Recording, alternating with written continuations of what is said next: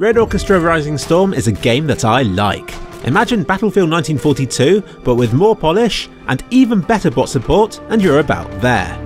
The weapons are satisfying affairs, ranging from one-hit kill rifles to flamethrowers to ludicrously powerful machine guns that need to be set up before they can be fired. Or not, but you look silly trying. It's a rare success in a saturated market. When friends recommend games to me, they either tend to be so easy there's no point in playing, or have such a steep learning curve that you don't manage to have a moment of fun for the first week or so. Granted, that first game I had was somewhat confusing. I didn't know where to go or what to do, but I still enjoyed it. I couldn't believe it when an enemy ran past and I was all like, wait a second, his outfit's slightly different to mine, let's shoot him! You'll find that there's a fair bit of that sort of confusion at the beginning, which is why the bot support is so important. If you like, you can join a server with 32 bots and feel like a god as you mow them down. That's not to say that they're bad bots. They're bad players, but excellent for filling the servers, giving them life and making it more enjoyable for everybody. Admittedly, I find real people a fair bit harder to defeat. As you play with bots, you find that people join. The majority aren't as godly as you might imagine, and I've managed to hold my own for a fair while as people join either side. If armed assault is the war, then this is the battlefield, and it does it admirably. You can go lone wolf, or join squads, or lead them, or command the entire battlefield.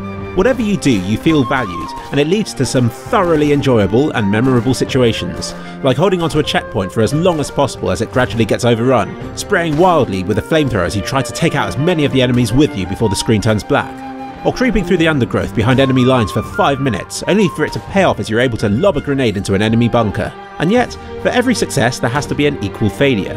You will get caught out, you will be outsmarted, and you'll take it personally. But the game is forgiving. You respawn in a matter of seconds, and after a 15-second run you're back in the action.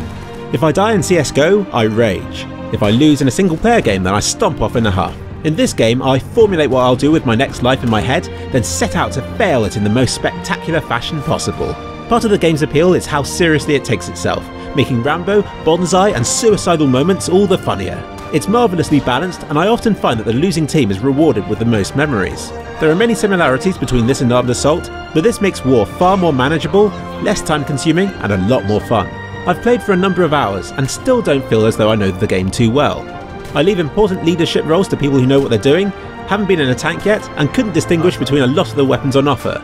I take this game casually, but I suspect that there's enough depth here to reward even the most hardened of warriors. How exhilarating it must feel to engage in a 16v16 clan battle. I only play with friends, and it's testament to this game that they're still up for a game whenever I am, so long after the game's initial release. I find that I can squeeze sessions of Rising Storm in before work or last thing at night for no other reason other than because it's fun. In an age where everything feels increasingly like a chore, this sort of experience means a lot to me.